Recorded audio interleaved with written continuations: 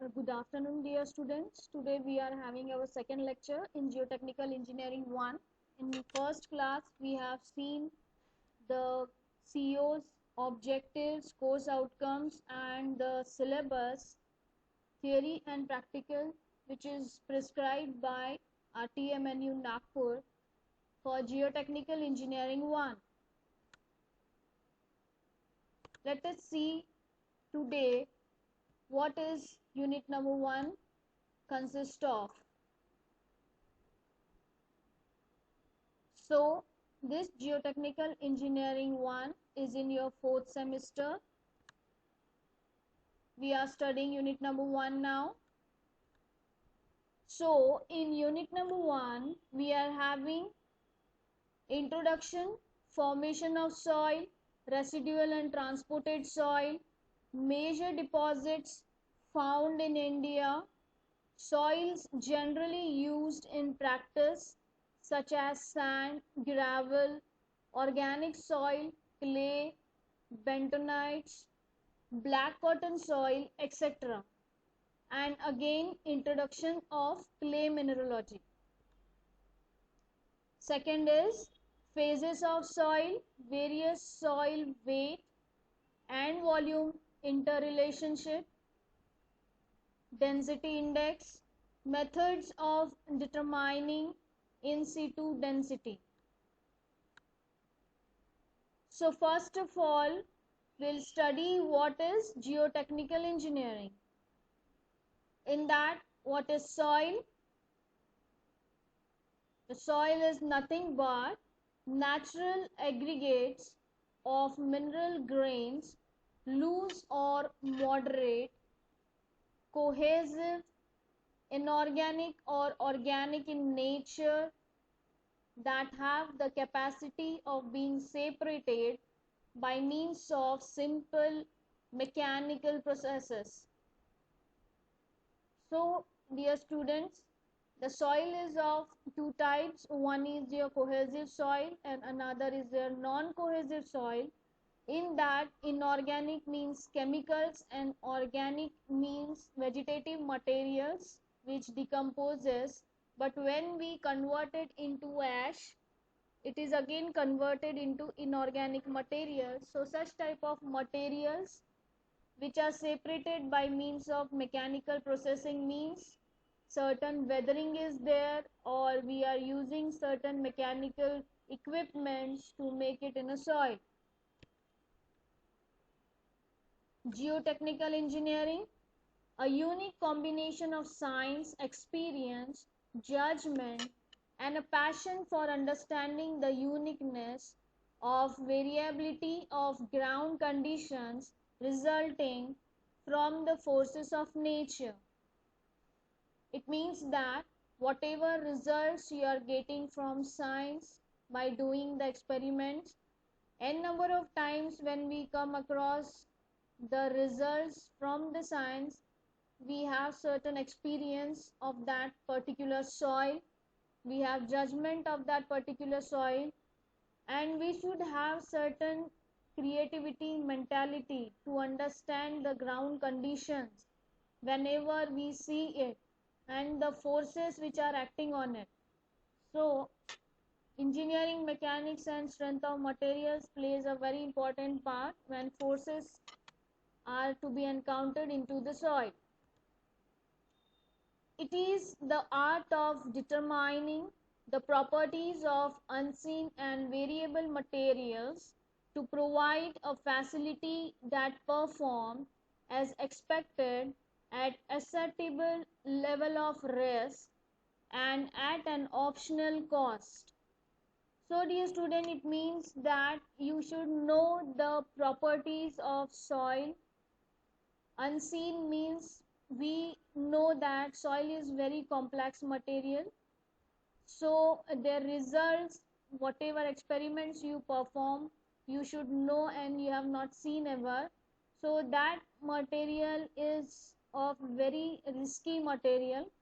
Since there is no standards given in this, we have to take it with respect to the experience itself. Again, what is geotechnical engineering? Application of civil engineering to the earthen materials such as soil, rock, groundwater.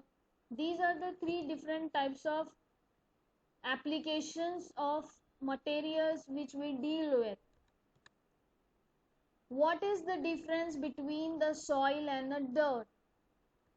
Let us see what is it. If you can grow food in it, get paid to analyze it, or get college credit for playing it with, it's soil, otherwise it's dirt. It means that when we grow plant, then it is soil, but if it is of no use, then we call it as a dirt. What are the branches of geotechnical engineering? Soil mechanics, rock mechanics, foundation engineering, geoenvironmental engineering, geotechnical earthquake engineering, geologic engineering. So this lot many branches of geotechnical engineering refers to the soil itself. Soil behavior introduction. Concrete and steel are textbook materials. Soil is not. Why is it so? So I already told you that soil is not a bookish material. Whatever values you are having, whatever conditions you are having, you get in the book. But whenever you come into contact with the soil, you get very rare information regarding this. As concrete, you can say that you can take M20, M30, M15 grade of concrete for the design.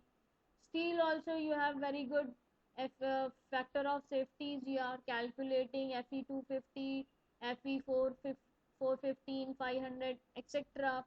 All these values are given in IS codes and books. You can refer and design any structure. But regarding soil, there is very rare, you can say, information in the books. If you have to calculate the unit weight of soil also, you have to test it. You cannot say this will be the unit weight of soil. As concrete you have 25, steel you have 24, whatever gamma is given to you or is known to you, whenever you calculate. But with respect to soil, it is not that. You cannot say that 18 and 20 will be the unit weight of soil. You need to calculate. You cannot say that this is black cotton soil and the unit weight of soil is this much. No. So without testing, you cannot calculate or tell any of the property of the soil, and it is not mentioned in any books. Soil is heterogeneous. If you can see, small parts of the soil, they are of same shape and size and one soil itself, then it is said to be homogeneous. But small and big grains of soils are mentioned, then they are heterogeneous. Soil is anisotropic, of course. If you can see, there are small layers, big layers of soil placed in one by one layer, then you can say anisotropic soil. And if one type of soil is there, then you can say it is a isotropic soil. Soil is non-conservative. You can see before, if the soil is like this, and after having the load, the soil will be like this. It is so because in conservative, when you apply the load on the soil, what happens? It won't have depression in it. No deformation will be formed. When you apply the load, there will be certain deformation, but when you release the load, it will comes to its original position, since because the applied load is very less. So before and after will be the same. But if you apply the load and after applying the load the soil gets deformed, then you can say that the soil is non-conservative. So whenever we apply the load on the head of the soil will try to compress.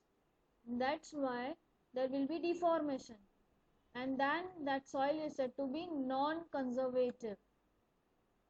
But that doesn't mean it's liberal. It is said to be soil is a elastic as well as plastic medium. Soil is non-linear, of course. Whenever you are calculating the stress strain curve for certain length of soil, when you apply the load gradually, first of all, the load will be minimal with respect to the cross section of the soil, weight of the soil. So there will be a linear graph, but after that it will become parabola. Then it will be non-linear. When you increase the load gradually, then it will try to become parabola here. So it will be straight here and it will become parabola like this. Soil formation. So what is soil formation? Whether it is process of breaking down rocks. There are two different types of weathering. One is physical weathering and another is chemical weathering. In physical weathering, it breaks down the rocks, but what it's made of stays the same. In chemical weathering, it still breaks down the rock, but it may change from what it's made of. For instance, a hand material may change to a soft material after chemical weathering. So when physical weathering is there, with respect to the temperature stresses, the rock will try to disintegrate, but its properties remain the same. But when chemical effect is there, what will happen is, because of this chemical weathering, the hard rock will become soft. Similarly, if you can see, there is a first stage. You can see the figure here. This is the soil and this is the uppermost layer of the soil. Then you can see that there is a plantation here and soil, and because of the roots, the soil material is getting down because of the disintegration of rocks. Again, in the third stage, you can see the roots are becoming more prominent and it are pushing the rocks in a downward direction by disintegrating the rocks into smaller grains. And this is the fourth stage. When it becomes trees, the rocks become harder and push the hard rock in downward direction by breaking it into small grains of soil. Soil profile, if you can see this one. So in the soil profile, if you can see from O, A, B and C, so it is divided into two equal parts, O1 and O2, decomposing organic material. E, B1, B2 and B3, soil soilum formed by pedogenic process. C and R, unconsolidated parent material, consolidated rock beneath the soil. Because of this, plants roots are growing downward, pushing the rocks into the higher downward direction and breaking them into smaller pieces. Let us see what is origin of soil. Soils are formed by weathering of rocks due to mechanical disintegration or chemical decomposition. When rock surface gets exposed to the atmosphere for an appreciable time, it disintegrates or decomposes into small particles and thus soils are formed. So what does it mean? Mechanical disintegration will take place and larger material of the rocks are converted into small and tiny parts of small grains of soil, and that is known as soil formation. Soil may be considered as incidental material obtained from the geological cycle which goes on continuously in nature. The geological cycle consists of erosion, transportation, deposition, and upheaval of soil. So from this geological cycle diagram, if you can see the first stage, when there is a parent rock here, what will happen? Erosion will take place with respect to the mechanical weathering or chemical weathering, and by this small grains of soils are formed which are transported from one place to another.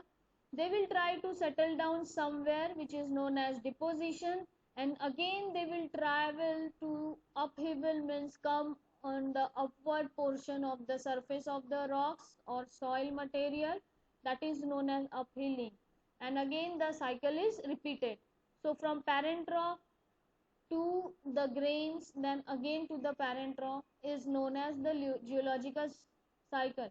So you can say rock to soil, soil to rock is the geological cycle.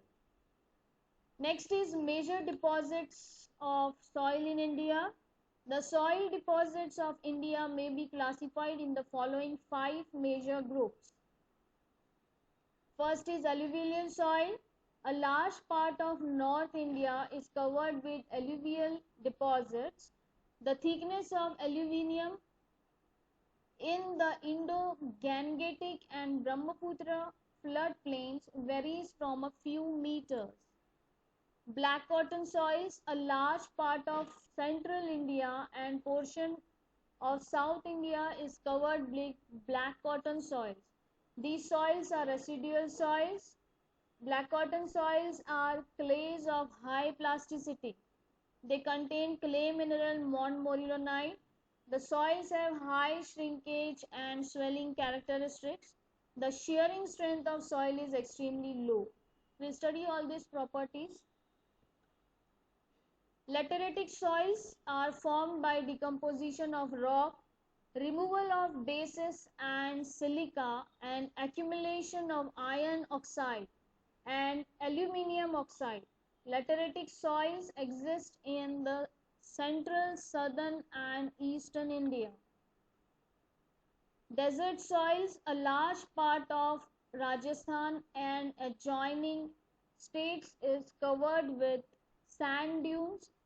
In this area, arid conditions exist with practically little rainfall.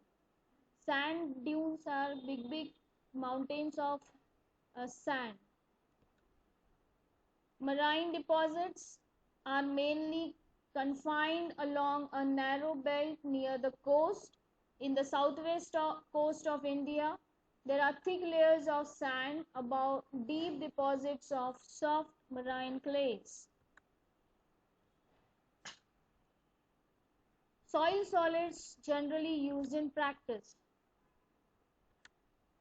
Sand. It is a coarse grained soil having practical size between 0.075 mm to 4.75 mm. The soil is cohesionless and pervious.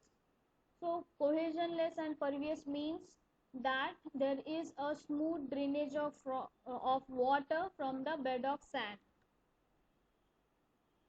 Gravel is a type of coarse grained soil.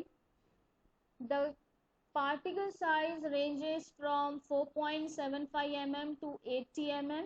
It is again a cohesionless material. Organic silt. It is fine grained soil with particle size between 0.002 mm and 0.075 mm. It is plastic soil and is cohesive. So fine and coarse aggregate means soils means the material which is retained is settled down on 4.75 mm sieve is called as coarse aggregates or coarse grain soils. But if the material passes from 4.75 mm sieve, then those are known as fine grain soil. Bentonite. It is a clay formed by the deposition of volcanic ash with a high content of montmorillonite. It exhibits the properties of clay to an extreme degree. Hard pan. See here bentonite and black cotton soil are having a common clay which is known as montmorillonite, which is responsible for the soil to become mostly a plastic and highly expensive soil. It is relatively hard, densely cemented soil layer like rock, which does not soften when wet. Boulder clays or glacial till is also silt. It is silt, glacier silt, also sometimes named as hardpan. Caliche, it is an admixture of clay, sand and gravel cemented by calcium carbonate deposited from the ground. Peat is a fibrous aggregate of fine fragments of decayed vegetable material. Peat is very compressible and one should be cautious when using it for supporting foundations of structures. Loess, it is fine-grained airborne deposit characterized by a very uniform grain size and high void ratio. The size of particles ranges between about 0.1 to 0.505 mm. Black cotton soil is a residual soil containing high percentage of clay mineral montmorillonite.